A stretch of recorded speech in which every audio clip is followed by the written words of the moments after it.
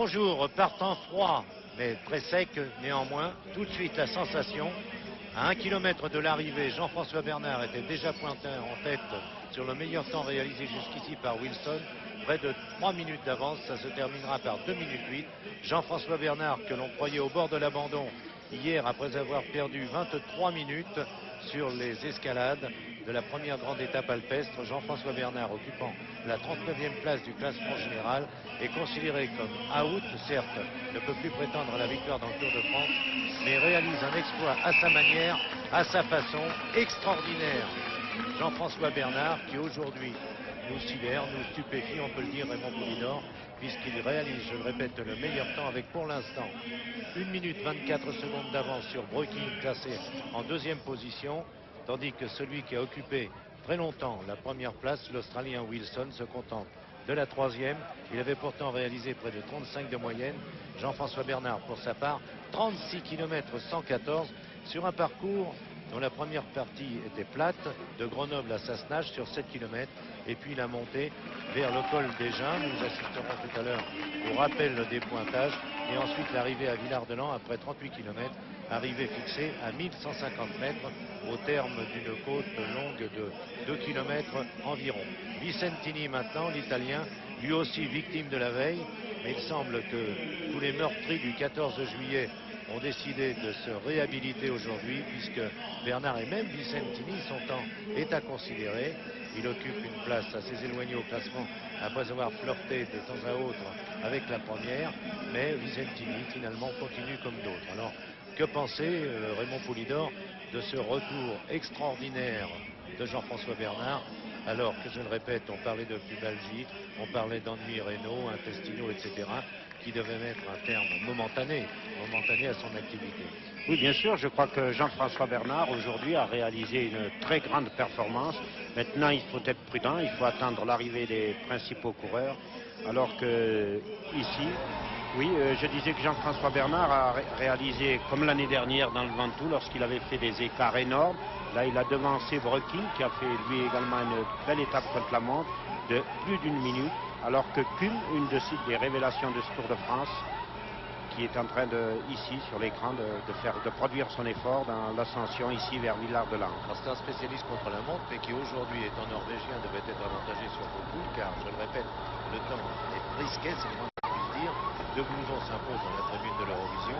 Sur la route, ce n'est pas tout à fait la même chose, mais il a prévu les grosses galoches, comme on dit, Koum, et va réaliser un temps aux alentours de 1h05, entre 5 et 6 minutes, c'est-à-dire comme Wilson, qui a longtemps occupé la première place du classement, en attendant que les derniers s'alignent au départ. C'est d'ailleurs Delgado, maillot jaune, qui vient de partir le dernier à Grenoble à 16h58. Derrière Bernard, une quarantaine de coureurs suivaient. Il nous en reste 22 exactement. Mais après Koum, ce sera Etchavé. Et après Etchavé, Jérôme Simon.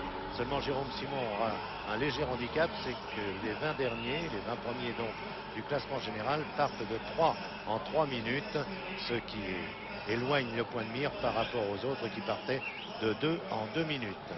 Vous remarquerez, comme toujours dans les arrivées en côte contre la montre, et on a pu le noter ces derniers jours lorsqu'il s'agissait de passer au sommet, les derniers kilomètres semblent très difficiles, le dernier surtout, pour tous les coureurs. Ainsi, ce virage qui est trompeur et qu'il faudrait prendre à l'extérieur, Koum est tombé dans l'erreur et a perdu 2 secondes. Ce que n'a pas fait Jean-François Bernard, vous l'avez remarqué au rappel des images tout à l'heure, Jean-François Bernard qui a conduit sa course comme s'il était au summum de sa forme et de sa force. Oui, bien sûr, et on ne comprend pas ces 2 passages à vide qu'il a eu lors des 2 premières étapes alpestres, surtout hier, où Jean-François Bernard a eu un fléchissement énorme. Et là c'est bon signe, je crois, pour la suite, car Jean-François Bernard, qui était au bord de l'abandon, aujourd'hui a réalisé une grande performance. Et lorsqu'on sait le caractère de Jean-François Bernard, il peut jouer un rôle pour l'avenir du Tour de France, c'est-à-dire troubler les cartes, non pas pour le maillot jaune, mais il n'hésitera certainement pas à lancer une échappée de très loin. Alors que Kuhn en finit là. Il nous reste encore 3 arrivées au sommet, nous verrons. Excellente performance réalisée par Koum, le Norvégien qui occupe la 5e place du classement. Jean-Paul Olivier est là avec nous. Jean-Paul, vous êtes perplexe devant ce tableau d'affichage qui indique tous les temps? Oui, absolument, et je suis en train de m'apercevoir que À l'arrivée, nous allons avoir une petite surprise avec Alvaro Pignot qui, s'il continue, eh bien, va se classer dans les 3 premiers. Du reste, Alvaro Pignot, au pointage du kilomètre 20, se trouve en 3e position à 57 secondes du meilleur temps réalisé toujours par Jean-François Bernard. Il y a également un autre Espagnol assez bien placé au pointage du kilomètre 20. Il s'agit d'Echave, qui est donc juste derrière Pignot, qui est en 4e position. Alors que Visentini a complètement craqué puisqu'il était en 3e position au premier pointage et il est complètement sorti du tableau dès le pointage suivant du kilomètre 20. Echave, donc, partant à 15h58 de Grenoble, se pointe sur le dernier kilomètre avec déjà un retard de 1 minute 13 secondes sur Jean-François Bernard, lequel, j'insiste bien, a creusé de tels écarts qu'il compte 1 minute 24 secondes sur le deuxième, le meilleur, Breking, lui aussi effondré hier, ressuscité aujourd'hui. Breking, leader de la Panasonic, meilleur jeune jusque-là du tout et qui occupe encore une place enviable au classement, mais il a perdu tellement de temps que je crois qu'à Paris, les places seront plus importantes que les écarts. On l'a ramené au tour ancien où le 10e fera normalement 20 minutes de retard. Oui, bien sûr. Oh, je pense quand même entre les premiers et les écarts seront, oui, les 3-4 premiers, les écarts seront assez faibles. Mais ce qu'il faut retenir aujourd'hui, c'est la magnifique récupération de Bernard, car pour réaliser la performance dont il a été l'auteur aujourd'hui, il faut être en possession de tous ses moyens. En principe, c'est un coureur frais, car on ne peut pas dire que ce soit une étape pour rouleur. C'est une étape pour rouleur et pour grimpeur à la fois, mais c'est surtout l'état de fraîcheur qui joue un très grand rôle. Alors qu'Echave va en finir avec son parcours. Une performance très honorable pour lui également. Il est 20e du classement général, Echave, avec 10 minutes 43 secondes de retard sur Delgado. Leader, vous le savez, depuis hier à l'Alpe d'Huez, devant Bauer à 25 secondes. Parra, le Colombien, l'un des favoris aujourd'hui, à 1 minute 20. Brooks, 4e à 1,38. C'est l'homme que l'on attend au tournant, en quelque sorte.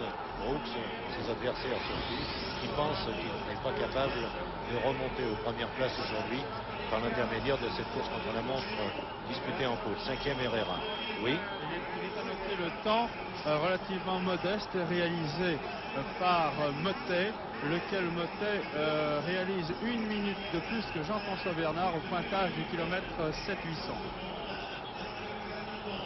Je pense que Pierre Badel va pouvoir nous communiquer d'autres écarts et des pointages maintenant complets, car notre équipe est bien en place au 8e kilomètre. Donc Jean-François Bernard comptait 2 secondes d'avance sur Breking. Visentini, comme l'a signalé Jean-Paul, était en force à ce moment-là, 3 secondes. Jérôme Simon, qui s'est bien retapé lui aussi depuis hier, a pu prendre un départ rapide, puisqu'au 8e kilomètre, il ne comptait que 4 secondes de retard sur Jean-François Bernard. Et Koum, déjà là, à 6 secondes. Mais je ne pense pas que ce soit le pointage complet. Il doit manquer 5 ou 6 coureurs qui viennent seulement de prendre le départ de Grenoble. Je rappelle le dernier, Delgado, à 16h58. Le reste ne va pas tarder. Jean-Paul, en rappelant que Herrera occupe la 5e place du classement général et qu'on hésite à en faire un favori aujourd'hui. Au 20e kilomètre, Jean-François Bernard avait augmenté considérablement son avance sur Breking. Pignot à 57 secondes, Echave à 1 minute 10 secondes et Jérôme Simon à 1,13, tandis que passe maintenant Brooks. Non, Simon-Jérôme, oui, qui porte le maillot de la montagne parce qu'il n'en est que 2e, mais Brooks a déjà d'autres maillots. Et de toute façon, c'est pas tout à fait Brooks que l'on attendait à quelques... Il y a une erreur dans la présentation. Oui, c'est quelques 10 minutes. Oui. C'est Jérôme Simon là qui va en finir. Non, mais comme on a fait partir dans la liste des engagés 2 fois Roux, alors que c'est Roux, le français, et Roux, ça change un peu. Qui va faire un très bon chrono. Ah, lui aussi, quel dommage qu'hier il est tant donné qu'il ne disposait pas de toutes les réserves au moment où sur la Madeleine il fallait être là. Regardez ce sprint terminal, très brillant, il occupe la 3e place, Jérôme Simon. Fait un tour merveilleux, magnifique parcours parfait, sauf le jour contre, c'était hier, comme d'autres.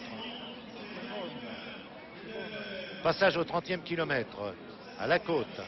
Jean-François Bernard a encore augmenté son avance sur Breking, 57 secondes. Dès lors, les écarts deviennent presque considérables. Il n'y a que 30 km parcourus. Koum est toujours là, mais troisième à 1,41. Wilson, l'Australien, à 1,42. Et Pedersen, le Scandinave, à 1,51. C'est très large sur 30 km et indique une supériorité de Jean-François Bernard qui prend des proportions alarmantes. Quels sont ceux placés parmi les 10 premiers au classement général qui vont pouvoir résister à ce retour, à cette réplique de Jean-François? Oui, Jean-Paul. Précisément, Herrera se trouve au premier pointage à 36 secondes de Jean-François Bernard, au kilomètre 7,800. 36 secondes de retard donc pour Herrera. C'est-à-dire qu'il en a terminé avec le plat, qui n'est pas son meilleur terrain, et que c'est à lui de jouer dans la côte. Mais je rappelle à tout hasard que Jean-François Bernard a accompli le parcours à la moyenne de 36 km 114. Il va falloir que Herrera et les autres fassent très vite pour faire mieux. J'ai le sentiment déjà qu'on peut mettre Jean-François Bernard hors concours aujourd'hui. Hors concours, oui, hors concours, il a réalisé une très grande performance, mais ce qui est inquiétant pour Jean-François Bernard, c'est la performance que Herrera a réalisée dans la portion plate, en légère descente. 36 secondes, mais il a fait un tel écart avec ses autres adversaires que Herrera va arriver vraiment dans sa partie favorite. Mais il nous a tellement surpris hier lors des ascensions de col.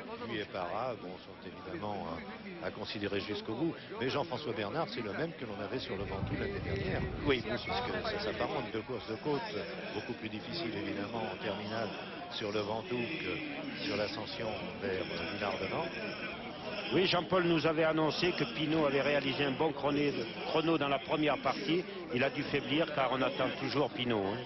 Oui, effectivement. En attendant Pinot, il est même littéralement sorti du tableau au pointage du kilomètre 30. Ah là là, comme quoi il faut savoir mesurer ses efforts dans une compétition très particulière, au milieu d'une course par étapes, avec ce terrain du contre-la-montre qui avantage d'abord les hommes de plat, mais dès que le faux plat va commencer vers Villard-de-Lans avant la côte beaucoup plus accentuée qui nous mène vers la ligne d'arrivée, les changements à la fois de vitesse et de situation sont inévitables. Oui, et c'est surtout ce qui est très important, c'est après les deux étapes alpestres, car c'est celui qui récupère le mieux, qui tire son épingle de jeu. Alors que nous apercevons Pinot ici qui va... Cubino, pardon, qui va sur l'écran. Cubino est placé 19e au classement général avec 10 minutes 41 secondes. Il est bon en montagne, là il trottine un petit peu. Oui, pour espérer une place, il sera meilleur et d'un seul coup, il vient de changer de braquet avec une telle différence au dernier kilomètre que le premier virage va le saisir, non pas d'émotion mais de stupéfaction. Oui, je pense qu'il sera assez loin de Jean-François Bernard. Robert et Raymond, à noter donc que le premier pointage, Rox se trouvait à 12 secondes de Jean-François Bernard, Tenis à 18 secondes, Herrera, je vous l'ai dit, à 36 secondes et Boyer 51 secondes. Je vous en parle puisque nous avons là un petit peu les ténors d'hier. Ah oui, très bien, parce que Tenis et Rox, effectivement, hier ont pris la première et la deuxième place, deux coéquipiers pour le compte de PDL. Et aujourd'hui, ils sont en train de rappeler que ce n'est pas par hasard si la situation s'est déroulée comme ça. Rox, Tenis, même combat, la première place du tour. Et Tenis nous étonne tellement qu'on le croit capable de gros exploits dans les étapes qui vont suivre sur les Tenis, l'Indien né ailleurs. À Sassenage, au 8e kilomètre, pour compléter le pointage. Bauer était en trouille. Robert, excusez-moi de vous couper. Bauer vient de réaliser le meilleur Oui, temps nous l'avons à l'écran. Kilomètre 8. Oui. 10,47. C'est ce que nous avons à l'écran avec 11 secondes sur Jean-François Bernard. C'est ça. Et 13 secondes sur Breuking, 14 sur Vicentini, Simon étant à 15 secondes. Ce Bauer, lui aussi, fait tellement preuve de courage et d'énergie dans ce Tour de France fou, mais au super niveau athlétique. Ah oui, c'est formidable, puisque hier on aurait pensé que Bauer, qui a tout fait pour conserver son maillot jaune, allait s'effondrer aujourd'hui, car il a terminé vraiment en force, au maximum, en puisant dans toutes ses réserves, et aujourd'hui on s'aperçoit qu'il a entièrement récupéré et qu'il peut causer peut-être une surprise ici. Et il est parti comme un poursuiteur, parce que le départ de Jean-François Bernard était déjà sidérant, et Bauer, sans doute bien échauffé, tout dès les premiers kilomètres, quitte à connaître quelques moments assez douloureux dans l'ascension. Mais ça ne fait rien. Il est deuxième au classement général après avoir concédé en se battant jusqu'au bout à l'Alcovez 25 secondes donc, sur Delgado. C'est de Delgado que nous attendons maintenant la première impression, la première image aussi selon son passage à Sassenage au 8e kilomètre. À noter qu'il y a 1 seconde exactement entre Herrera et Parra au kilomètre 8 pour les deux Colombiens. 11,34 pour Herrera, 11,33 pour Parra. On peut imaginer que... 11,16 donc, je vous l'ai dit. Oui. Et Pasek 11,10. Zabro. Alors qu'Amstein a réalisé 11,23. Oui, assez loin. Amstein semble avoir moins bien récupéré, comme il n'a pas été très brillant. Il a quand même occupé de bonnes places lors des deux étapes qui ont traversé les Alpes. Il n'est pas surprenant que celui qui a gagné le Tour d'Italie, donc peut-être un peu émoussé, ne soit pas à la hauteur de sa réputation contre la montre. Zabrobilek, c'est un excellent rouleur. Lorsqu'il est devant le peloton, il peut résister au retour du peloton, mais contre la montre, ce n'est pas sa discipline préférée. Il se trouve aujourd'hui, alors qu'on lui a demandé de faire la course pour le challenge par équipe à l'intérieur de la formation Weyman, dont Bauer est le patron. Oui, c'est un effort bien particulier, un effort seul où on lutte contre le chrono, et là c'est bien particulier. Ah, il a du mal à la fin. Oui, ce sont tous les classements en dehors du classement individuel qui sont en jeu actuellement. Et Delgado fait mieux. Ça, Delgado a considéré plus que jamais. Bauer, crédité du meilleur temps au 8e kilomètre, juste là, et ça étonnait pourtant parce que Jean-François Bernard avait pris un tel départ. Delgado conforte son maillot jaune avec l'avantage. Je demanderai d'ailleurs à Pierre Badel s'il peut nous repasser ce classement qui mérite un commentaire. Zabrobilek nous présentant pour la première fois une roue arrière lenticulaire en côte, ça c'est peut-être pas une bonne trouvaille. Bref, Delgado avec 6 secondes d'avance sur Bauer qui doit être surpris en apprenant le temps réalisé derrière lui à 3 minutes par Delgado. Jean-François Bernard qui semblait dominer la situation à 17 secondes, Breuking à 19 et Visentini qui va disparaître, nous a annoncé Jean-Paul, vers le 30e kilomètre, car il est parti depuis et a terminé depuis plus d'une heure. Visentini à 20 secondes au passage du 8 km. Voilà, je crois que nous en avons terminé avec ce 8e kilomètre.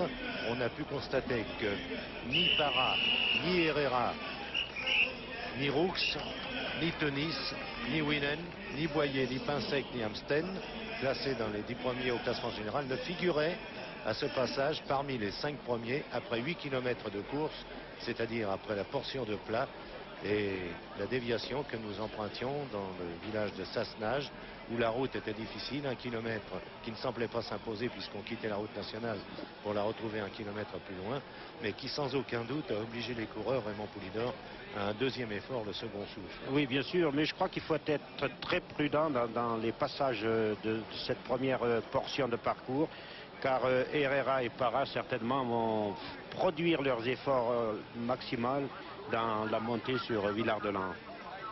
Jean-Paul Olivier, dès que vous avez des impressions là-dessus, que vous recueillez quoi que ce soit, vous nous faites signe. Hein. Absolument, je suis en train de suit regarder. Pignot, hein. En ce qui concerne Amstein est en train de réaliser une bonne deuxième partie de parcours par rapport à ce qu'il a fait au pointage du kilomètre 700-800. Hein.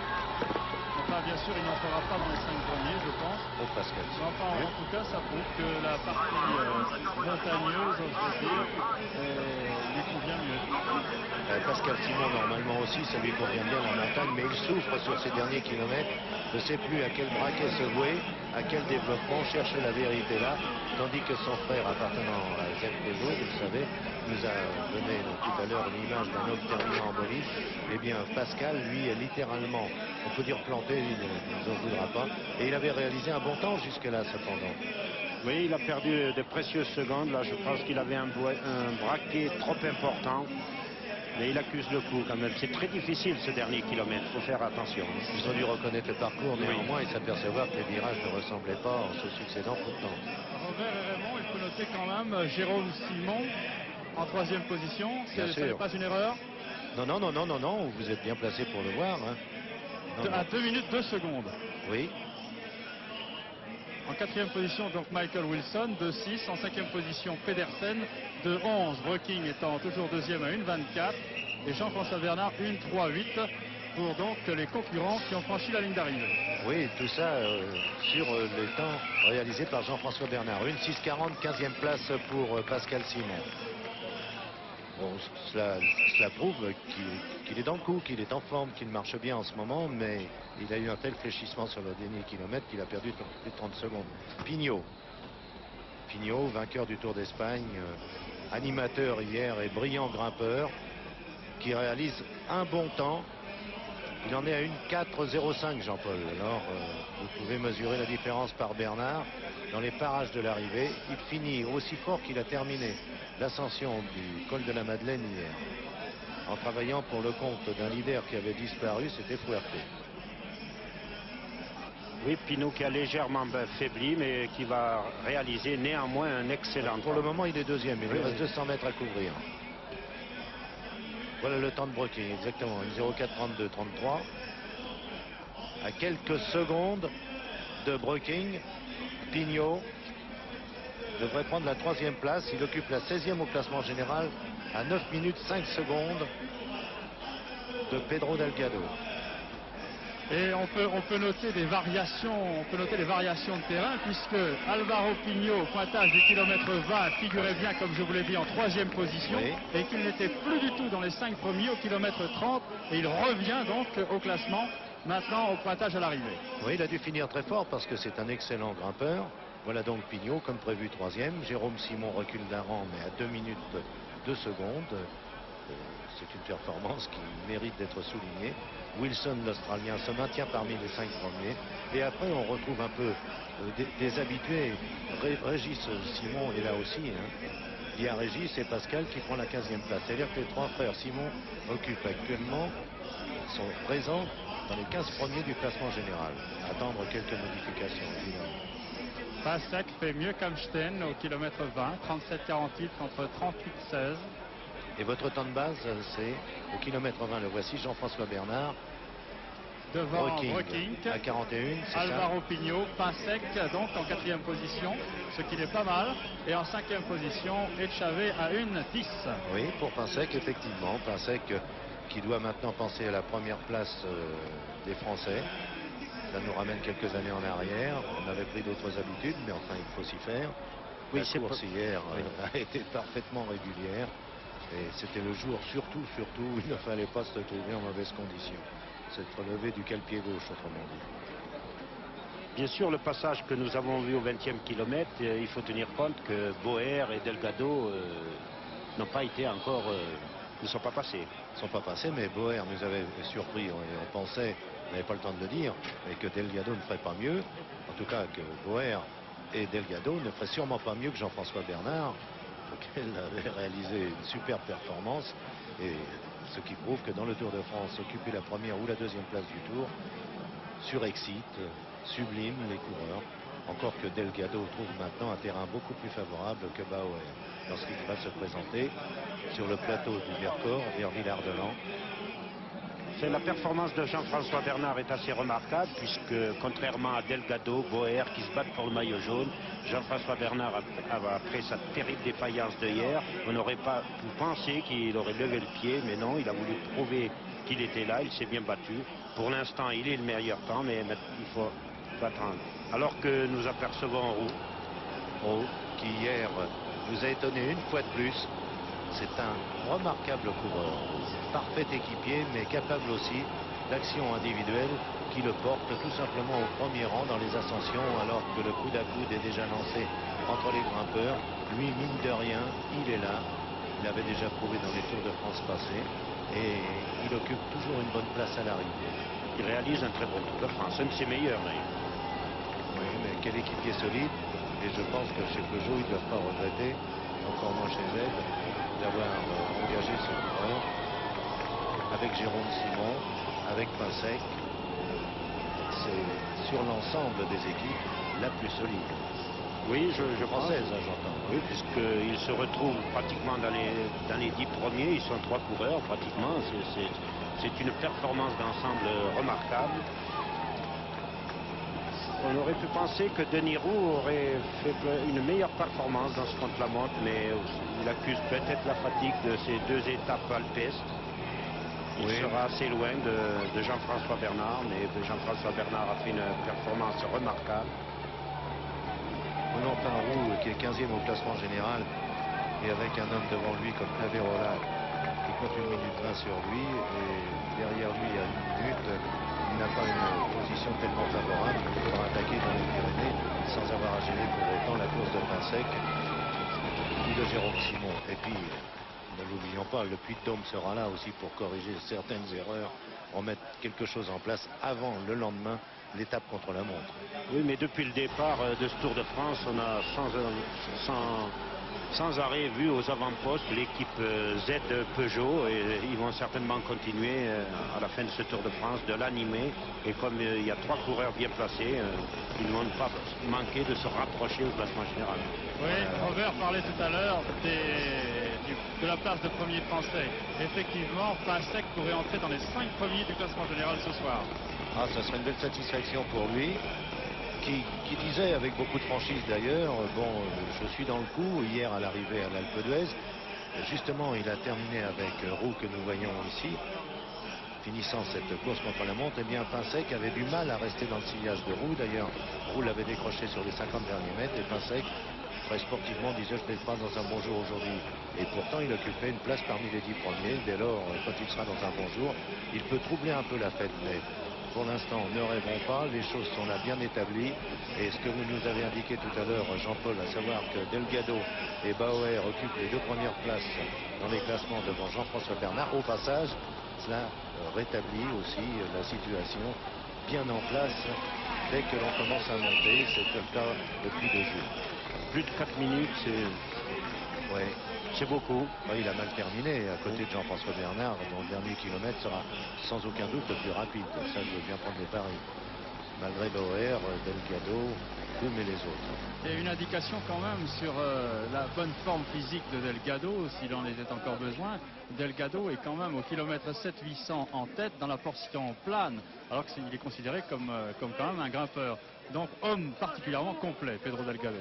Ah oui, mais ce n'est pas d'aujourd'hui qu'on le sait dans les courses par étapes, alors qu'il ne participe guère au classique, mais dans les courses par étapes, Delgado est devenu l'un des meilleurs de sa génération, et qui aurait pu inquiéter sans aucun doute aussi d'autres champions d'autres générations. C'est Claverola que l'on attend maintenant, et qui semble avoir concédé plus de 3 minutes à Roux.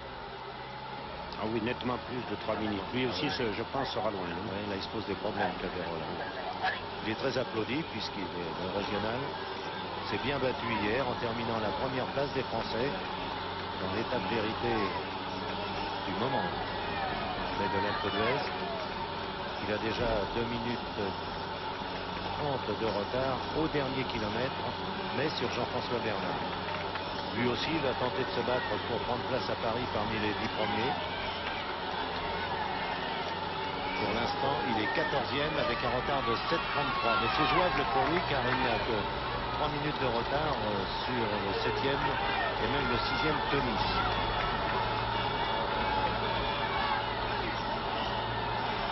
Lui également est en course pour cette place de premier français. Hein. Oui, mais à la tête de l'équipe RMO, qui tient aussi à manifester sa présence constamment, je crois que son directeur sportif, Bernard Rollet, a su le gonfler à bloc. Il est bon sur l'ensemble de la course. Parfois, les classements ne correspondent pas à l'activité du coureur sur la route, ou trop généreux, ou au contraire trop flanqué. Claverola, lui, c'est clair, c'est net, c'est franc, on le voit toujours. Oui, qui est encouragé, là, très applaudi. Ah, tout le monde est là pour lui. C'est un kilomètre de gloire.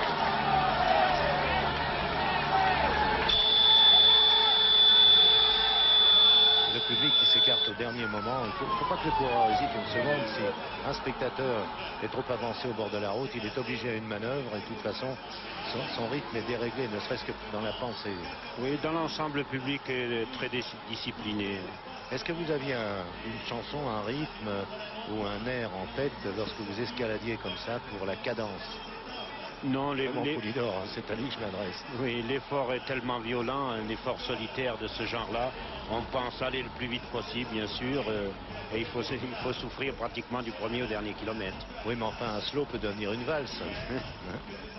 Ou hélas aussi pour beaucoup, là, c'est la valse qui devient un slow tout à coup. Oui. Alors que Claverola sera beaucoup à plus de 4 minutes. Oui, mais je répète, autour de lui, il peut rester dans les 15 premiers du classement général et même peut-être améliorer sa position. C'est Criquelion qui occupe la 13e place et qui a pris le départ derrière Claverola. Savoir s'il a repris une partie des 3 minutes, Criquelion, qui hier aussi a souffert beaucoup trop pour espérer gagner maintenant le Tour de France, dont il était l'un des favoris au départ. Il fait partie de ceux qui sont tombés courageusement, mais tombés quand même. Oui. Je pense que Claverola sera assez déçu de sa performance aujourd'hui, car dans son fond intérieur, je pense qu'il pensait réaliser beaucoup mieux que ça. Hein. Et contrairement à ce qu'on croit, ce n'est pas parce qu'on est le régional et qu'on court chez soi que ce jour-là, on sera superbe. Oui. Très très loin. Criquelion, déclenchez vos chronos, il a 3 minutes pour arriver et pour reprendre donc un peu de terrain à Claverola.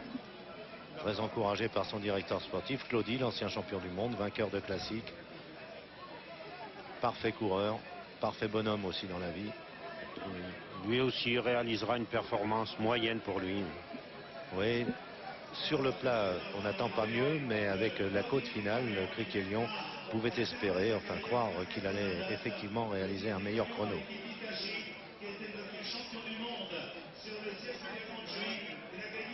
300 mètres de la ligne d'arrivée, ça fait encore près de 30 secondes. Si on se fixe à la moyenne de Bernard, 36, donc 10 secondes au 100 mètres. Oui, plus de 36, oui.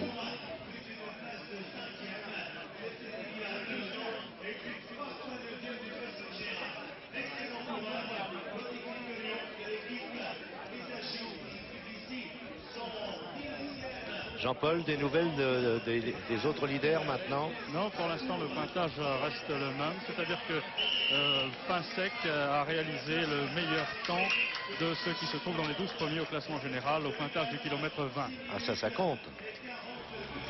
Ça compte, oui, c'est la raison pour laquelle je vous disais tout à l'heure, et cela se confirme, qu'il pourrait entrer dans les 5 premiers ce soir. Alcala. L'indécelable Alcala, qui doit procéder comme il le fait dans un peloton, des petits sprints, un temps de repos, et là, qui se bat dans un bon temps, mais le kilomètre semble encore loin, à moins qu'on l'ait passé. La flamme du dernier kilomètre, je ne crois pas. Oui. On l'a passé. Alors, ce n'est pas mal du tout. Ajoutons 2 minutes et quelques au chrono qui se déroule. Continue d'égrener les secondes, 1:04:25. On ajoute 2 minutes à peu près pour connaître le temps d'Alcala. Et ça n'est pas si mal. Oui, hier, il a connu un léger fléchissement dans la montée sur l'Alpe d'Huez.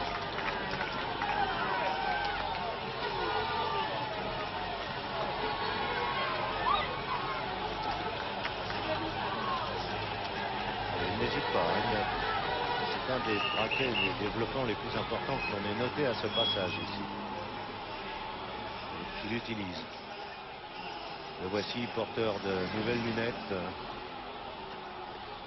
La mode change, on reprend des lunettes alors que pendant des années, plus personne Je ne sais pas dans un compte la mode si c'est bien, non, bien peut-être utile. pas, mais enfin le sponsor, lui, est satisfait. Je crois que ce sont des Américains d'ailleurs, non? Ce sera plus de 2 minutes. Hein. Les lunettes françaises, ça vaut toutes les autres. Hein. Oui, oui, sans aucun doute.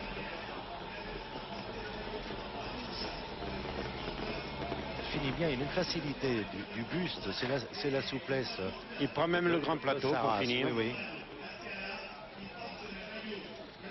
Le Mexicain, très basané, ça se voit, d'origine indienne, et qui a continué longtemps ses études en université, et décidé depuis 2 ans de devenir coureur cycliste et a trouvé preneur. Donc, dans la formation 7-Eleven, dont Amsten et lui sont les véritables patrons, mais une bonne équipe aussi. Oui, lui aussi qui est bien placé pour finir dans les 10 premiers de ce Tour de France. Oh, je crois même mieux. Hein. Pour l'instant, il occupe la 11e place à 6 minutes 41. Il n'a craqué hier qu'à 1 km du sommet du Glandon. Il finit au sprint. Il est bien, oui, oui. Avec d'évidentes réserves, peut-être ne sait-il pas que la consigne majeure contre la monte, c'est de pouvoir se défoncer du premier au dernier kilomètre. Ce que vous aviez, pour votre part, beaucoup de temps à réaliser. Oui, bien sûr, le contre-la-montre, c'est de savoir se faire mal, d'aller au-delà de la souffrance, et il semblerait que Alcala se soit un peu réservé. Il faut pas changer pour l'instant, oui. Pour les 10 premiers. Au 20e kilomètre à Engin, Jean-François Bernard, on le sait depuis pas mal de temps, en tête avec 11 secondes sur Roux, entendez bien, 41 sur Broking, 57 sur Pignot qui a déjà franchi la ligne, et 1 minute 5 sur Pinsec occupant la 5e place. Mais je ne pense pas que l'on ait le passage de Delgado, de Bauer et de Parra. Ce sont les 3 qui nous manquent pour être complets au 20e kilomètre. Puisqu'on a vu Roux, 4e du classement, général à 1,38. Oui, Roux, c'est très bien, puisque j'ai discuté avec son directeur sportif, c'est son point faible contre la montre. Ah bon? Oui, alors sa position est remarquable et nous a fait une telle impression hier sur la montée de l'Alpe d'Huez, et en plus peut-être qu'il n'a jamais fait des contre-la-montre à fond. Alors on va voir aujourd'hui qu'il est en passe peut-être de gagner le Tour de France. Mais il y a une métamorphose chez ce coureur de classique au départ, remarqué dans le Tour de France et dans d'autres courses par étapes, mais effectivement avec des trous. On ne cherchait pas trop à comprendre. Pour nous, il était catalogué comme un des coureurs les plus valeureux, les plus doués de sa génération, mais puisqu'il n'était pas là dans les courses par étapes, hier il nous a surpris par sa façon de grimper. Il ne grimpait que les côtes ardennaises jusque-là avec beaucoup de brio. Hier il s'est offert le Glandon et l'Alpe d'Huez. Alors tout à coup, c'est la marche supérieure qu'il a pu atteindre. Oui, bien sûr. Et sprinter de valeur. S'il est aussi devenu un rouleur, il ne pourra que progresser car il est très jeune encore. Et dès lors, est-ce que Roux n'est pas l'homme à venir du cyclisme? Oui, puisqu'il est très jeune, puisqu'on n'a pas de repère quelquefois dans les contre-la-montre, puisque Roux n'a peut-être jamais été en mesure de défendre sa position l'un d'un contre-la-montre. Alors comme c'était un excellent équipier jusqu'à présent, il faisait le contre-la-montre en dedans. Alors aujourd'hui, il peut réaliser une très belle performance. C'est Charly Mottet que nous attendons maintenant, mais qui semble avoir perdu du terrain sur Alcala, parti 3 minutes avant lui de Grenoble. Charly Mottet, qui doit gamberger dans la tête, doit se poser pas mal de questions, Charly Mottet, parce que jusque-là, il était si facile sur le tour, il était si facile. Il a eu deux journées très difficiles. Charly Mottet que nous attendons est peut-être rejoint et dépassé par Amsten, que voici.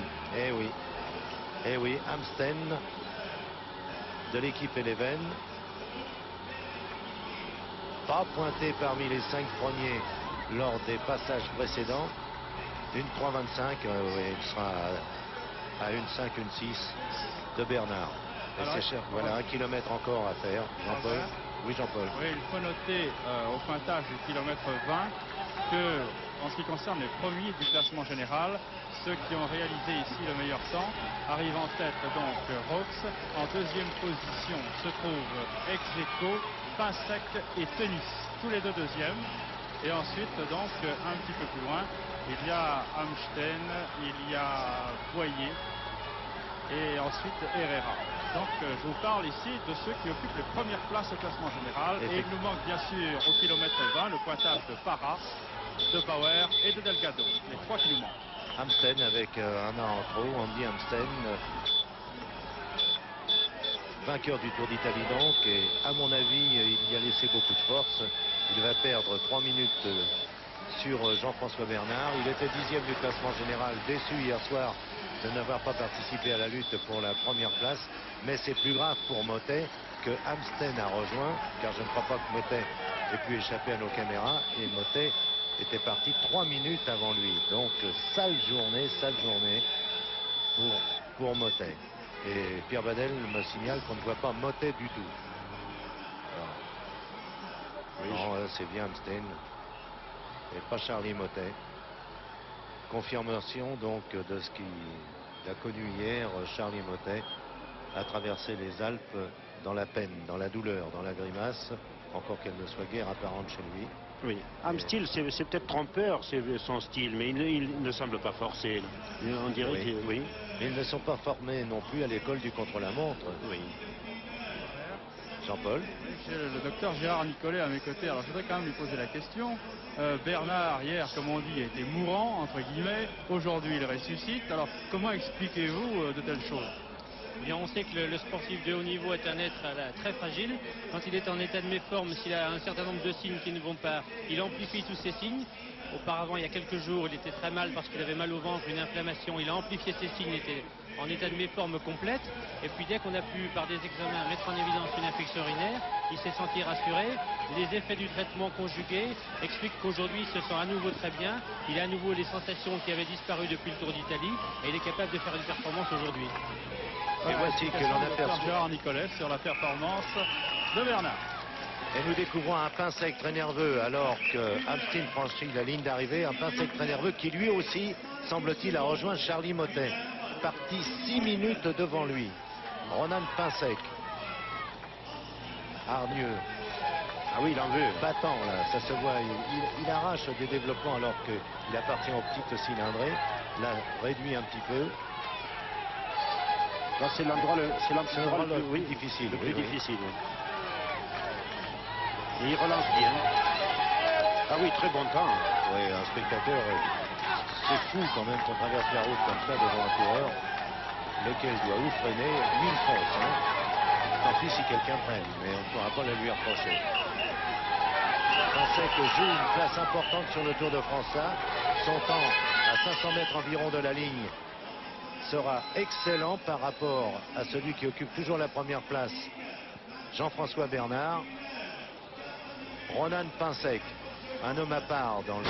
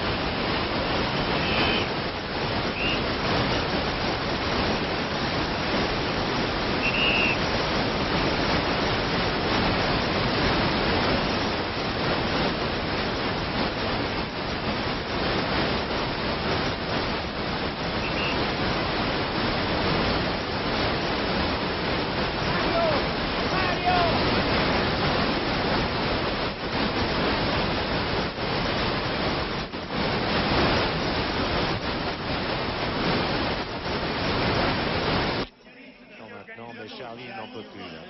Lui, le régional aussi, presque voisin, très applaudi. Auteur d'une saison remarquable. L'un des meilleurs coureurs actuels. Vainqueur du Grand Prix des Nations en faisant mieux que Bernard Hinault. Et qui avait entraîné une roue lenticulaire avec lui. Était-ce un bien? Était-ce une erreur? Ça, les techniciens en jugeront. Nous avons guère d'opinion là-dessus. Voici Boyer maintenant. Justement l'équipier de Charlie Mottet, qui a dû connaître la détresse de Charlie Mottet devant lui. Il semble très à l'aise. Oui, il est très à l'aise. Il est à 1200 mètres, à 1100 mètres à peu près de la ligne d'arrivée. Jean-Paul. Oui, je suis avec Ronan Pinsec ici. Alors Ronan, vous réalisez une bonne performance. C'était attendu, hein, ces jours-ci, votre forme allait s'améliorant. Oui, je sentais que ça allait en s'améliorant. Bon, j'avais bien la bonne force, je pense, dans toute la montée. Je ne me suis jamais affolé. Puisque, bon, hier, bon, disons que j'ai fait une faute dans le bas de l'Alpe. Je me suis mis dans le rouge. si je puis dire comme ça.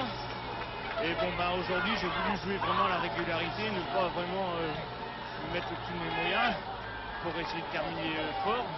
C'est une belle satisfaction, vous passez premier français du tour. Oui, oui, c'est une satisfaction, mais bon, je préférais essayer de faire le mieux possible, quoi. En fait, le problème n'est pas de faire pour les Français, mais au moins essayer de faire dans les 5 premiers. Voilà, c'était Roland Pinsec. Quelle douleur était celle et quelle tristesse sur le visage de Charlie Mottet en passant la ligne d'arrivée. Je crois bien qu'il pleurait sous ses lunettes quand ça ne veut pas sourire, quand rien ne va. Eh bien, c'est la catastrophe. Et elle prend évidemment cette catastrophe des proportions considérables lorsqu'il s'agit d'hommes qui sont tenus comme vainqueurs possibles du Tour de France. Au 20e kilomètre, Delgado reprend la tête devant Jean-François Bernard, maintenant deuxième, alors que Boer recule à la 5e place avec 1 minute 9 secondes de retard. Delgado est en passe de s'imposer définitivement, soyons prudents, mais de s'imposer aussi dans cette étape, puisqu'il fait mieux que Jean-François Bernard. Roux et Broking confirment, mais Steve Boer a accusé un peu le coup entre le 10e et le 20e kilomètre. Boyer, ce sera un bon temps pour lui aussi. Oui, ce sera un bon temps, oui. Il est 8e au classement général avec 4 minutes 14 secondes. C'est la dernière arme disponible pour Cyril Guimard. Mais encore une fois, attendons l'arrivée de Delgado et de Bauer. Mais sinon, Boyer est bien. Robert Chapat. Facile, oui Jean-Paul. Oui, j'ai Jean-François Bernard ici, maintenant à mes côtés. Alors Jean-François, une bonne performance. Alors hier, on vous a vu en difficulté, aujourd'hui à l'honneur. Oui, mais vous savez, je sais pas vraiment pourquoi. Tout ce que je sais qu'hier, c'est que j'étais pas bien. Et aujourd'hui, ça va mieux. Alors, vous souffriez de quoi exactement hier? Ça, je pense qu'il faut mieux demander au docteur Porte. Il vous expliquera exactement ce que j'avais. J'ai une infection urinaire et on a commencé le traitement dès l'étape arrivée. On a continué hier soir, ce matin, avant le départ. Et ça a l'air de mieux aller. Non, pas 100% encore. Oui, enfin aujourd'hui, vous avez beaucoup moins souffert. Oui, c'est-à-dire que surtout, j'ai retrouvé mes jambes. C'est l'essentiel pour moi. Voilà, Jean-François Bernard. Oui, un peu laconique, mais on ne peut pas lui demander de retrouver toute sa confiance et de recouvrer toute sa santé du jour au lendemain. En tout cas, ce qu'il a fait aujourd'hui prouve qu'il était loin, enfin qu'il n'est pas au bout du rouleau, c'est le moins qu'on puisse dire. Oui, bien sûr, mais malgré sa bonne performance d'aujourd'hui, Jean-François Bernard a l'air d'être désabusé quand même. Oui, parce qu'il sait que le Tour de France reposait, mais ça n'est pas écrit dans le mar de café. C'est pas là-dedans qu'on le découvre, reposait sur le Glandon, la Madeleine et le Glandon hier, avant l'arrivée à l'Alpe d'Huez. Il avait d'ailleurs fait une très bonne ascension terminale, dans la mesure où il ne concédait plus de terrain. Mais il accusait déjà plus de 18 minutes de retard. Après Charlie Mottet qui en a terminé et Boyer son coéquipier, occupant la 13e place, c'est Vinen que nous attendons. Le petit rouquin, déjà vainqueur 2 fois à l'Alpe d'Huez, toujours bien placé dans le Tour de France. Il précède sur la route pour l'instant Tenis, Herrera, Roux, Parra, Bauer et Delgado. Oui, il faut rectifier, Raymond, sur la feuille des engagés. Là, aujourd'hui, les ordres de départ, ça n'est pas Roux, on a déjà vu terminer et qui n'a pas envie de faire un deuxième parcours, c'est Roux, R-O-O-K-S. Le leader de PDM et l'extraordinaire bonhomme d'hier avec Delgado. On n'est pas à la veille d'oublier le duel qui les a opposés sur l'ascension de l'Alpe d'Huez. Vinen. Ah, il s'ennuie un peu tout seul sur la route plate, Vinen. Et il sera là pour réaliser son temps. Il n'empêche que derrière lui, Tenis ne doit pas être très loin. Parti 3 minutes derrière Boyer. Il semble que Vinen est parti pour un temps plus que moyen. Oui. Si Tenis veut réaliser une bonne performance, il faudrait pratiquement qu'il apparaisse là. Et là, Antoine Mir, pourtant, ça ne fait aucun doute, mais Tenis peut à son tour payer. Oui, bien sûr. Tout ce qu'il a fait hier et depuis 2 jours. C'est la découverte du Tour de France. Te voici, Tenis. Oula. Oui, si l'on aime du développement, il semble aller vite. Et les mains rendues. Ah oui, oui, oui. Ouais, il doit avoir repris au moins 2 minutes à Vinen. une 2,55, le drapeau rouge en vue, à attendre un bon chrono, mais assez loin de Jean-François Bernard, plus de 2 minutes, mais un bon chrono néanmoins, ce qui compte entre chef de file de ce Tour de France pour Teunisse. Oh, je ne pense pas qu'il sera à 2 minutes. Une Française sur le dernier kilomètre. Il finit vite. 20 km de moyenne, la côte est quand même pentue par endroits. On lui souhaite de terminer le plus vite possible, hein, parce qu'il nous impressionne ce coureur. Oui. Gert Jan Teunisse.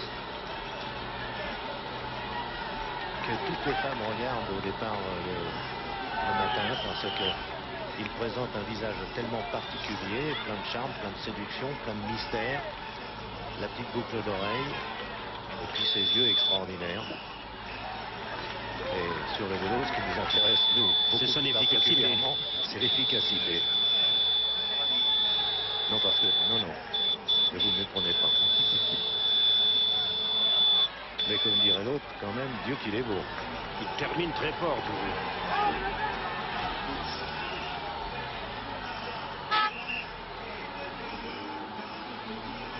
Il peut très bien rejoindre Vinen avant l'arrivée. Vinen dans les dernières pentes. Alors ça, c'est le visage type de Vinen. Il est comme ça aussi dans le civil, en dehors du vélo.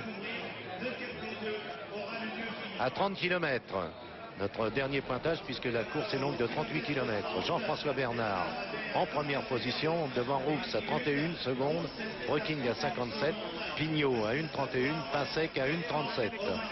Mais je pense qu'il manque là encore le passage de Delgado et de Bauer que nous attendons ici dans une vingtaine de minutes. Il manque également celui de Parra. Ce sont les Et trois de Parra, oui, les 3 premiers du classement général, partis donc les 3 derniers. Oui, vous avez raison de le remarquer, Jean-Paul. Donc pour l'instant, donc dans les 10 premiers du classement général, eh bien c'est bien entendu Delgado qui tient la tête avec le deuxième temps qui est réalisé par Roux et le troisième temps par Bauer. Voilà donc en ce qui concerne les 10 premiers du classement général.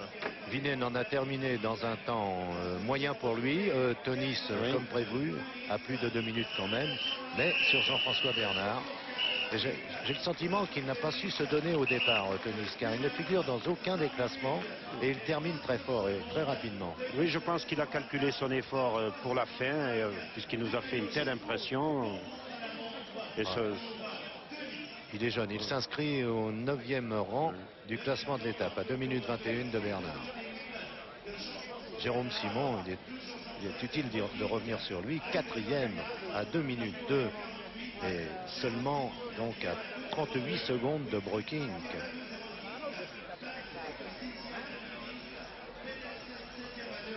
c'est là qu'on Frédéric s'aperçoit. Brun aussi, hein, Oui, parmi les 10 premiers, à 2,33. c'est là qu'on s'aperçoit les écarts que Jean-François Bernard a creusés sur ses adversaires. Oui, il est surprenant d'ailleurs que l'on apprenne alors que le vent n'est pas intervenu. Aujourd'hui, on ne parlera pas de conditions climatiques ou atmosphériques. Le vent qui s'est élevé un peu tout à l'heure est retombé. En revanche, la fraîcheur est là pour tout le monde et c'est un temps pour pratiquer la bicyclette. Oui, le temps Pour être idéal. cycliste, je ne sais pas. Oui. Pratiquer la bicyclette, c'est bien agréable aujourd'hui. Il fait très frais. Donc. Si vous appelez ça frais, vous, vous n'avez pas les mêmes degrés que les nôtres. On dit carrément qu'il fait très froid. Oui. Robert, Oui, en ce Jean-Paul. qui concerne les 10 premiers donc, du classement général, situons-les au kilomètre 20. Delgado est en tête en 36,22. Roux deuxième 36,54. Bauer troisième 37,31. Teunisse et Pinsec 37,48. Delgado, Roux, Bauer, Teunisse et Pinsec. Et Roux sur la route qui a rejoint Herrera, parti 3 minutes devant lui. Et dans un temps qui peut lui laisser tous les espoirs. Il va réaliser pratiquement dans les... Oui, peut-être supérieur à Jean-François Bernard, mais de peu. oui. En tout cas, il a déjà rejoint Herrera, parti devant lui, et il l'a oublié. À 500 mètres de la ligne, Roux, qui fait comme hier, qui doit être nerveux lorsqu'il manipule ses changements de vitesse. Hier, on l'avait remarqué aussi sur l'Alpe d'Huez, il avait perdu 10 mètres sur Delgado, il est revenu avec beaucoup de facilité. Et là, pour changer, il s'agit pourtant de Guignon et pas de pédalier. Il a perdu de 2 à 3 secondes. Et se relance aussitôt. Voilà, contrairement, Belle bête, hein? oui, contrairement à Tenis, là il est tendanceuse, il arrache, alors que Tenis était resté sur la selle, assis. Steven Rooks. Herrera n'était pas doublé, on nous dit, il figure devant Rooks. Ah bon, on l'avait loupé au passage alors, Herrera. Ah, ben, tant mieux pour lui. Au kilomètre 30, il y avait 53-45, 51-31 pour Rooks, hein, entre les deux. Herrera qui déçoit un peu. Il y avait plus de 2 minutes. Il déçoit ceux qui ont joué pour lui, surtout. Qui ont joué sur lui. Herrera perdra près de 3 minutes sur Jean-François Bernard. Mais derrière, Rooks va lui prendre au moins 1 minute 30, voire 2 minutes, puisqu'il débouche dans le virage là-bas. Plus de 2 minutes, oui. Et c'est là où Herrera, qui est pourtant un habitué du changement de rythme, voilà, j'en ai en parlé, ne sait pas jouer du tout du dérailleur.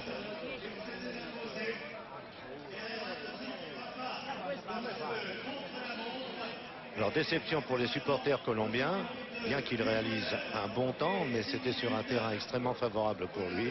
Termine facile, regarde un peu le public, mais ne semble pas être capable de se détruire. Et Rooks va passer à la 2e place du classement général ce soir.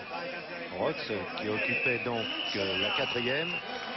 Herrera très applaudi, la 5e avec un retard de 2 minutes 25. Rooks qui file comme une flèche à sa poursuite avec le maillot de leader du Grand Prix de la montagne. Ah oui, oui, c'est bien le sprinter des classiques. Une 3:34 qui s'approche le plus de Jean-François Bernard.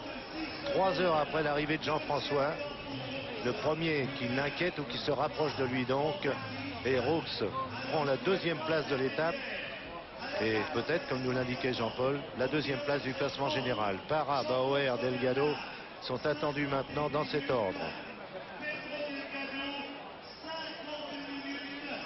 La côte au 30e kilomètre, dernier pointage. Tout le monde y figure cette fois. Delgado est 34 secondes d'avance sur Bernard. 1:05 sur Rooks. 1:31 sur Breking. Et 2 minutes 4 sur Bauer. Voilà des écarts qui nous laissent quoi, mon cher Raymond? Ah oui, je pense que Delgado là réalise une formidable performance. Son maillot jaune ce soir sera bien accroché sur ses épaules.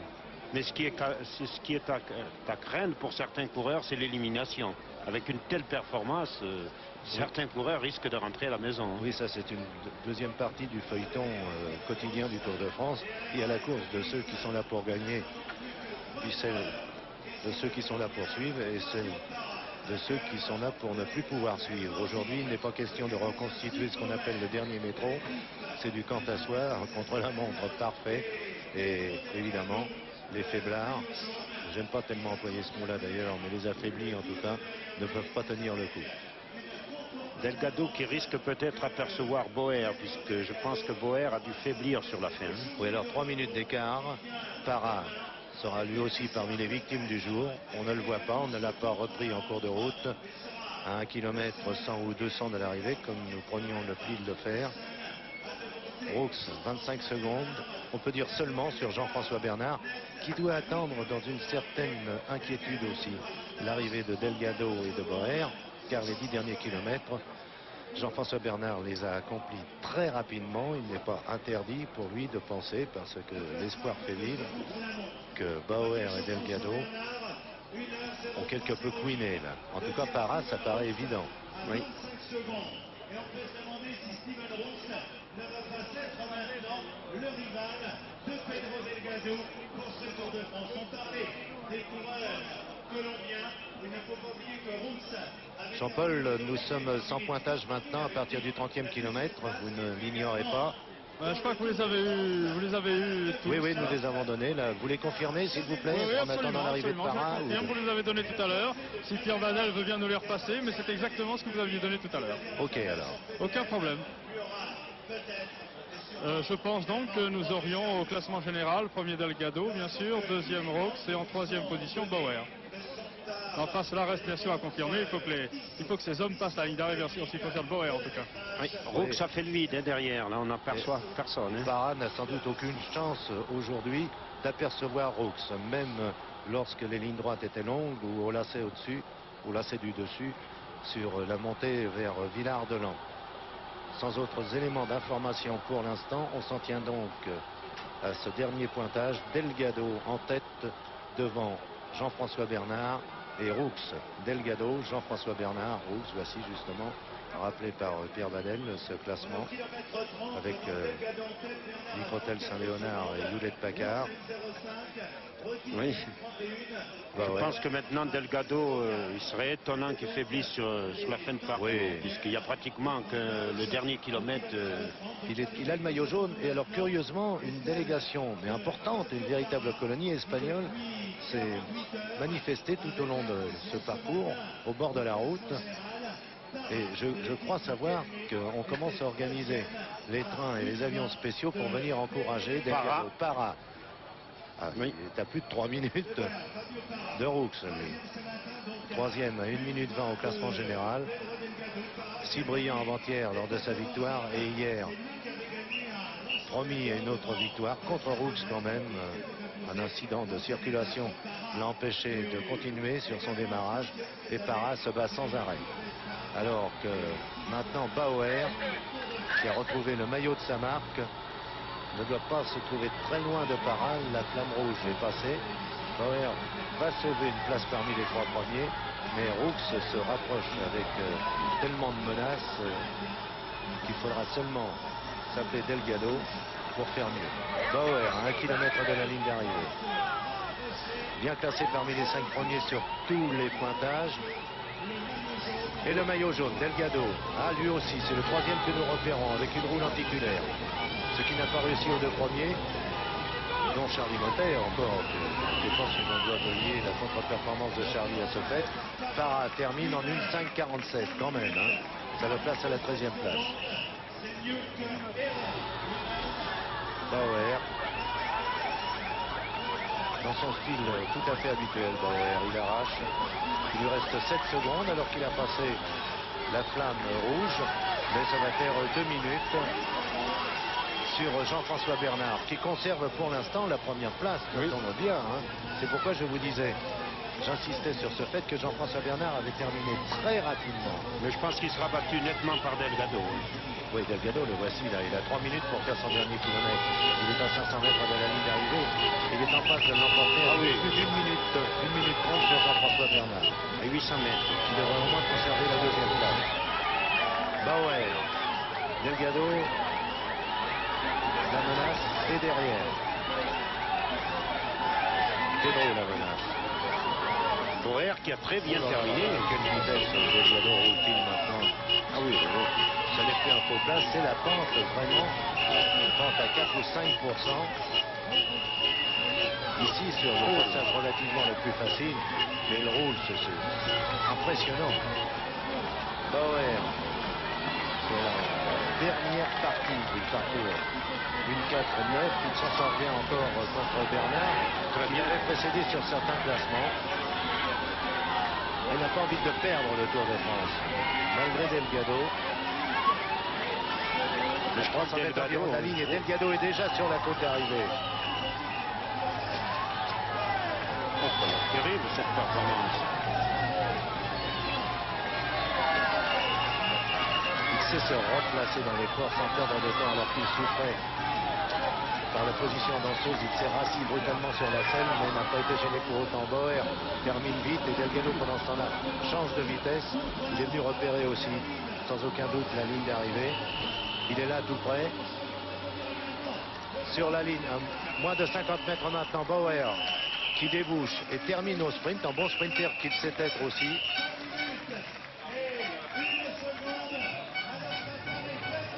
Delgado avec un excellent point de mire, il est vrai, et déjà les index sur les freins. C'est sans doute pour se détendre les mains car les crampes doivent venir ou je ne sais quoi sur les mains. Il a 50 secondes pour l'emporter encore. Premier Delgado, meilleur temps que Jean-François Bernard.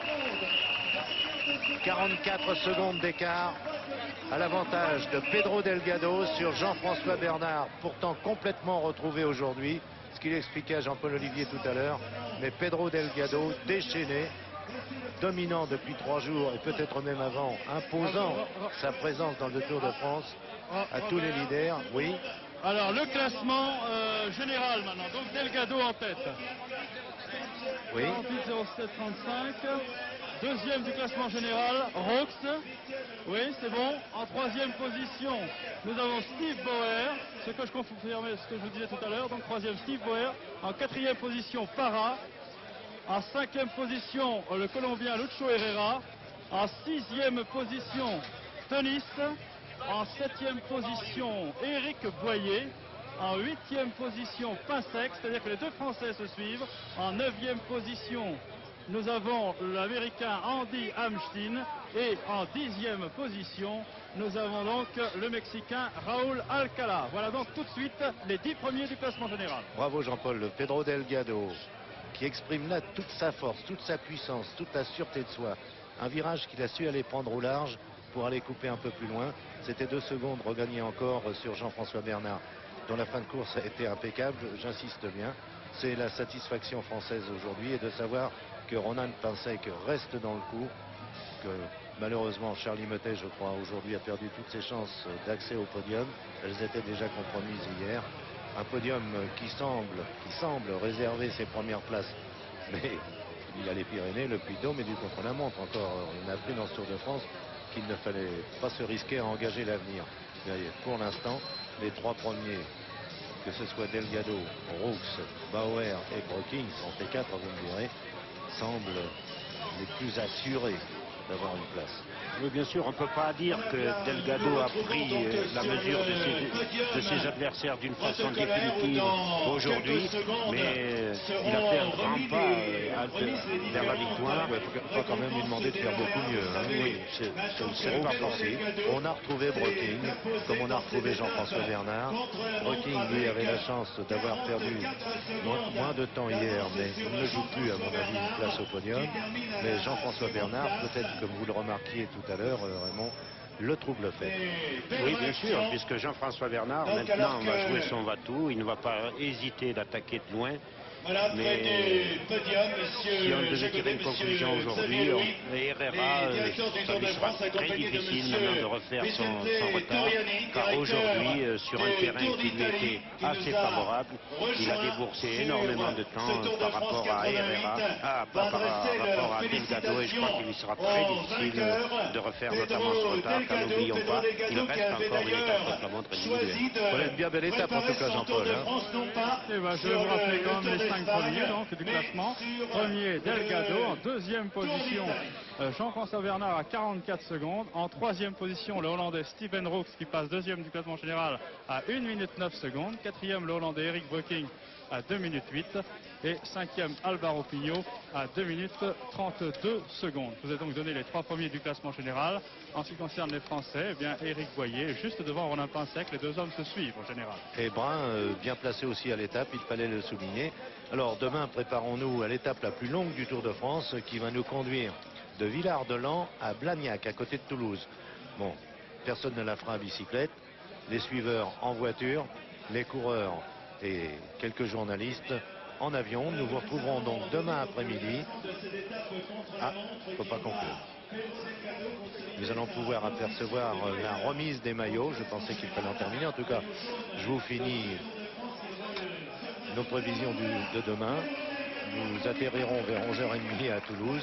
Et puis nous nous préparerons aux émissions de l'après-midi, sur Antenne 2 bien sûr, avec un Delgado qui est assuré de garder son maillot. Oui, oui, mais il s'est couvert là. Il a mis un Oui, maillot. il a le maillot jaune théoriquement. Oui, oui, il a le maillot jaune. Monsieur le maire de Villard-de-Lans le félicite. Le maillot jaune est peut-être en dessous de ce maillot de surchauffe, car ce n'est pas le moment de prendre un petit coup de froid. Ici, où l'air est sain, ou alors on peut fortifier les bronches, mais surtout pas, compte tenu, le docteur Nicolet le rappelait tout à l'heure, un athlète au summum de sa forme, c'est un athlète fragile. Alors, Delgado, faites attention.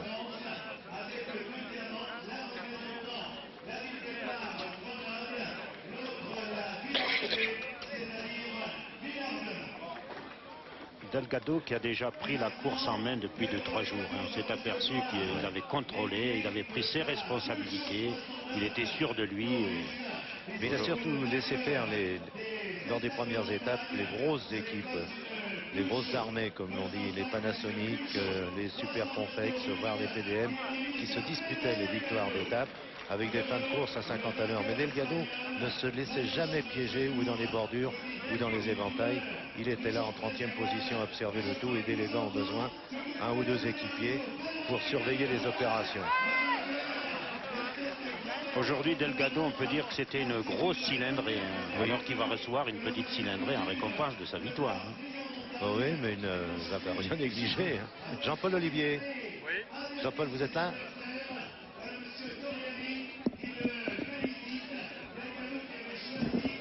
Ah, Oui, Robert, je vous reçois. Jean-Paul, les derniers tuyaux du quartier des coureurs. Eh bien écoutez, Charlie Motet ne s'est pas senti bien du tout en cours d'étape et cela confirme qu'il traverse une certaine crise morale depuis quelques jours. Et puis ma foi, c'est une confirmation en ce qui concerne Roux qui ne s'est jamais senti aussi bien. Le classement vient de s'inscrire ici sur votre écran. Je vous ai donné si Pierre Badel pouvait le reprendre justement ce classement. Je vous ai donné donc les 10 premiers du classement général. Avant tout le monde. Hein. Pardon ? Avant tout le monde. Avant tout le monde, oui, comme vous dites. Donc Roux termine en deuxième position. Bauer qui finit à l'arraché et qui a perdu beaucoup de terrain dans les 10 derniers kilomètres termine en troisième position. Parra est un petit peu en retrait par rapport à ce qu'on pensait de lui.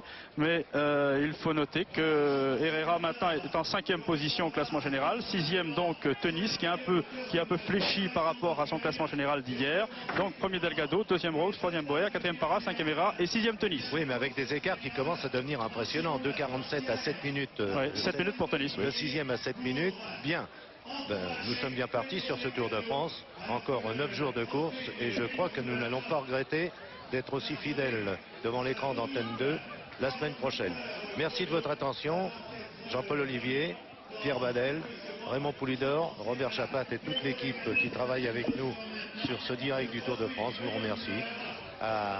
Après-demain, à demain avec Jacques Chancel, que nous allons retrouver d'ailleurs dans quelques instants, tout de suite après le Tour féminin, j'imagine. À vous Paris.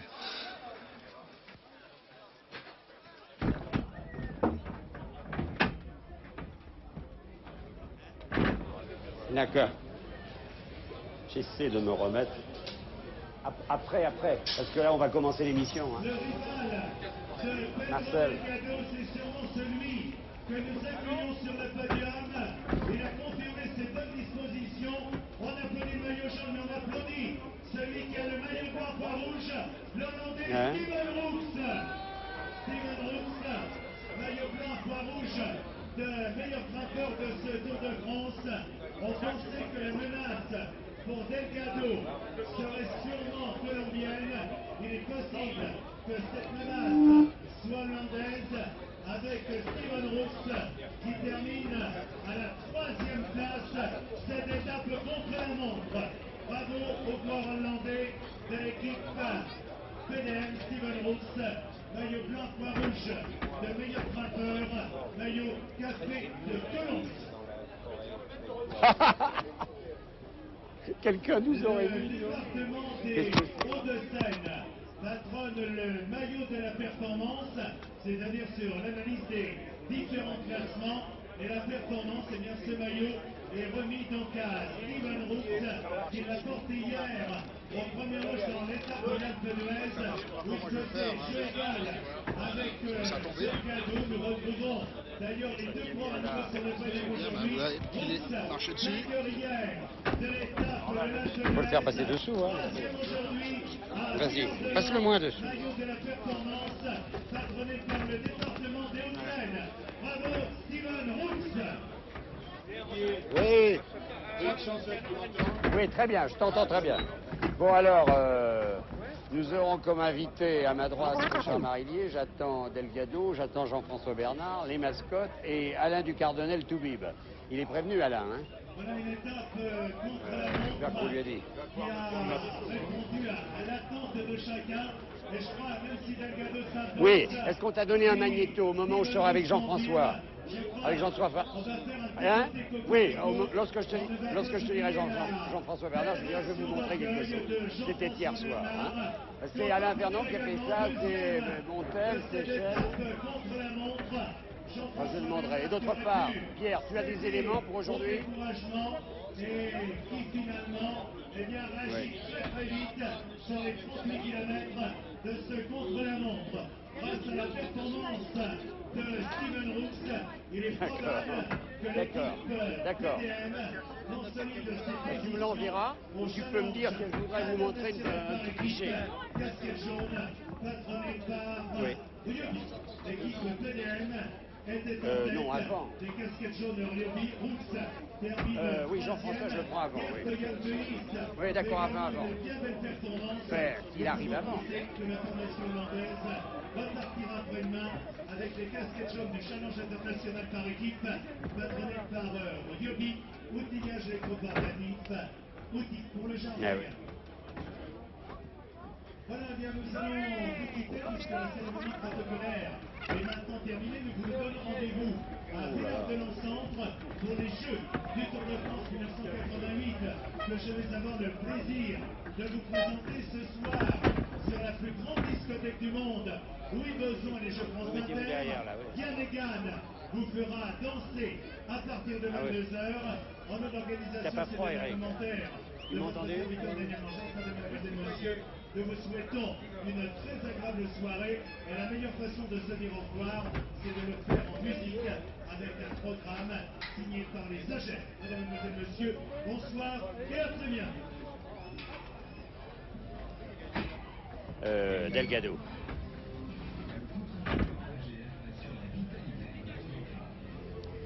Fais attention, je te prie. Je te préfère sans la casquette. C'est pas question de ta gueule, c'est pas question de ta gueule parce que tu sais, la casquette, c'est le lot. Comme t'as une belle gueule. Oui. Attends, je crois que je regarde ma montre. Quoi? Ça dépend à quel moment tu me la donnes. Hein? Si, ils arrivent. C'est quoi? J'ai pas entendu ce que tu me dis. Hein. Ah oui, absolument, oui. Bon, il arrive, Josette, Delgado, Jean-François Bernard tout de suite, et puis Henri aussi.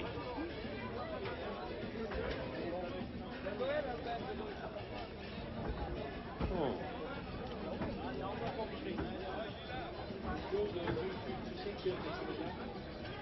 Je sais quoi? Oh, c'est gentil, ça. Vous essayez, hein, parce que...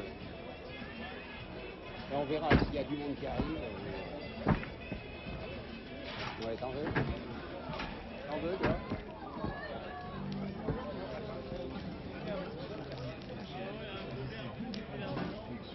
C'est bien, hein, Roland. C'est très bien. Très bien.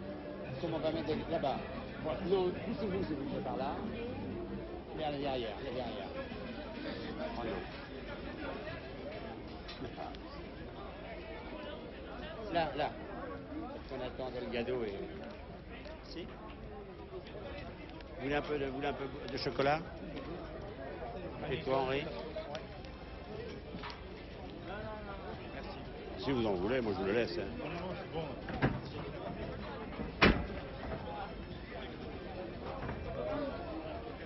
Bien, Jean-François. Tu sais, c'était formidable, Jean-François. C'était formidable. Faire ça, oui, mais faire ça presque ce que tu as eu. Hein?